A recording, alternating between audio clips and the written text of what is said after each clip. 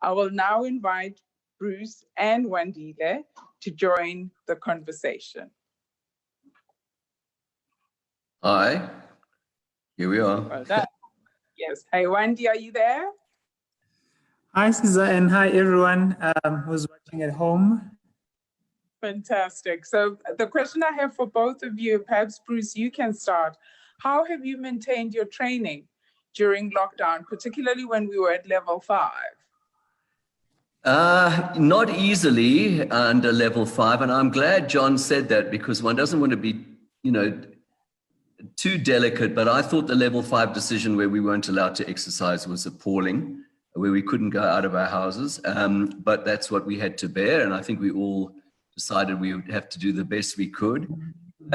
And so my wife and I mapped out a 5K route around our garden, which meant we had to run 54 laps of our garden in order to get 5Ks. So those were some of the slowest 5-kilometer times I've ever recorded. It was quite interesting because you've got to slow down to go around the tree, slow down again to go up the steps. And then the exciting part about it was every now and again, you change direction and you go the other way to make it interesting. But amazingly, we did it. And it became part of our ritual of every day to go out there and do those 54 laps of the garden. And we, in fact, wore a path around our garden from all the running. And so we named it the Coronavirus Ring. And it was our little Formula One track. And there was a little straight where you could speed up slightly. And we took a photograph from above it to keep as a memory forever of how we managed to do it. Then obviously as lockdown eased, it became easier to go out and run. And I now run with a couple of mates. So I think we're allowed to be together in groups of 4. And yes, we stay properly distanced, and we run around the neighborhood. So now it's no longer such a problem. I'm glad also that John said not just 5 times a week. I probably exercise 2 to 3 times a day, but I'm excessive. I also now, because of lockdown, have started doing a little bit of gym because it compelled me to do something else. And so as you can see from this fabulous upper body, I've been doing quite a lot of gym work. You're not supposed to laugh. And it's become also part of my ritual. Is the morning I run, and then the afternoon I do a bit of gym, and I also have a stationary bike, which, by the way, I used during lockdown 5. So that's actually interesting because you've not only did you use what you had, but you've also created memories that you've captured for future conversations. That's really uplifting. Sorry, yes, Bruce? we're going to look back on this time, and I hope we'll look back, most of us, with pride about how we overcame this. Those photographs that we've taken will be part of the family album. That is true. Wendy, how did you adjust during level 5? So for me, Cesar, it's close to what Bruce did. Basically, running around the yard, literally, and having a path within the yard. But also as well, it gave me an opportunity to do other exercise that I don't normally do when I'm running. Like as runners, it's much easier for us to lace up, go to the road, and you can easily kill an hour and more than that on the road and you come back. But we really do other functional exercises, the lunges, the squats, and all of that.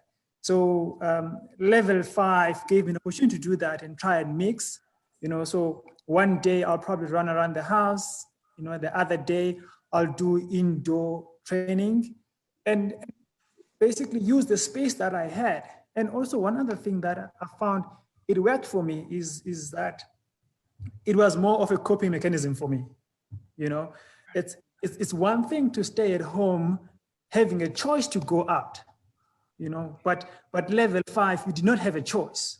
You are bound to be in that confined space.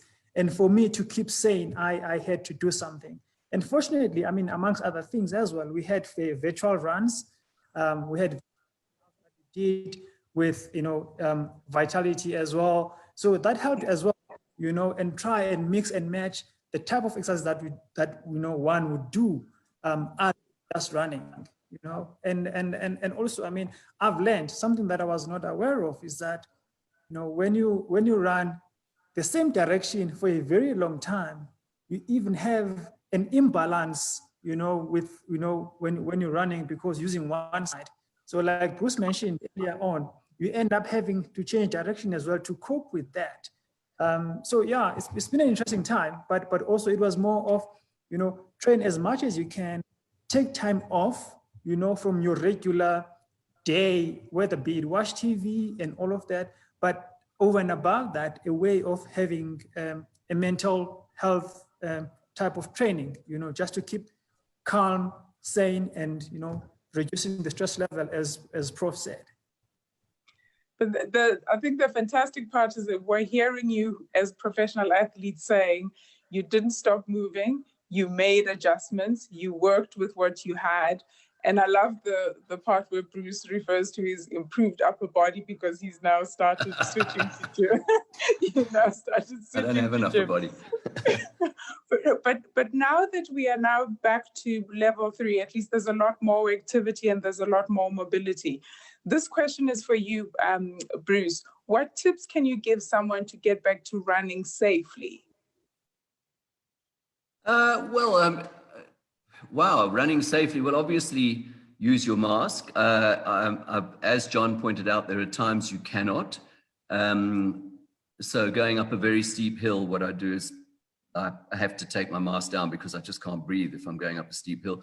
But I keep away from people who may be approaching me.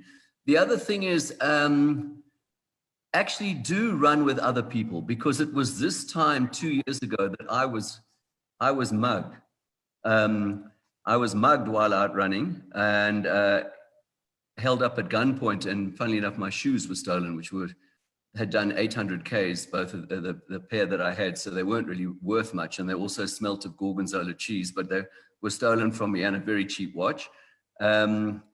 And so I think if I'd had company, I might have had better, had a better chance of not being mugged. And yeah, just don't try and do too much too soon. I'm not sure exactly what you mean by safely, but to avoid getting injured, as we now back into lockdown 3, please don't, don't overdo it. Come back gradually and gradually increase your mileage. Fantastic. Thank you. So here's my last question to you both. Wendy, how has lockdown affected you mentally as an athlete? I think for one thing, for starters, as runners, we always look forward to races. We always have a goal, and for a lot of us, who do run and who do comrades, we're looking forward to comrades. So one thing, there was a delay in the announcement of comrades being cancelled, and therefore for some time, even during level 5, we're still hoping that it is gonna be, comrades is gonna happen, and within few months before comrades, and then we're told that it was cancelled. So there was a bit of a, I wanna say depression, but there was a bit of a situation whereby one is saying, so what now? What do I look forward to? And also, I think we all know that all the major races have been cancelled. So we didn't have much things to look forward to as runners. But also, like I said earlier on, during level 5, during that lockdown period, I think that is when one was able to use what I was doing during that time to say, what, whether there's a race or not, I need to keep fit, I need to keep moving.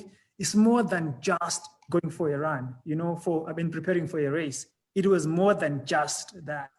And that's basically what I've learned during the lockdown, is that this is more than just a running and preparing for races. It's basically a coping mechanism. It's basically a way of staying fit, healthy. And as Prof has mentioned, it's one of the things that makes us people to be active and boost their immune system and healthy. So that's basically what keeps me motivated right now. Stay fit, stay healthy, and do as much as I can in the limited time that I have. Fantastic. I cannot contradict any of the statements you guys have offered us. And because what's really important is the message of just stay active, keep moving, and whatever your condition, continue to make adjustments, but please don't stop exercise.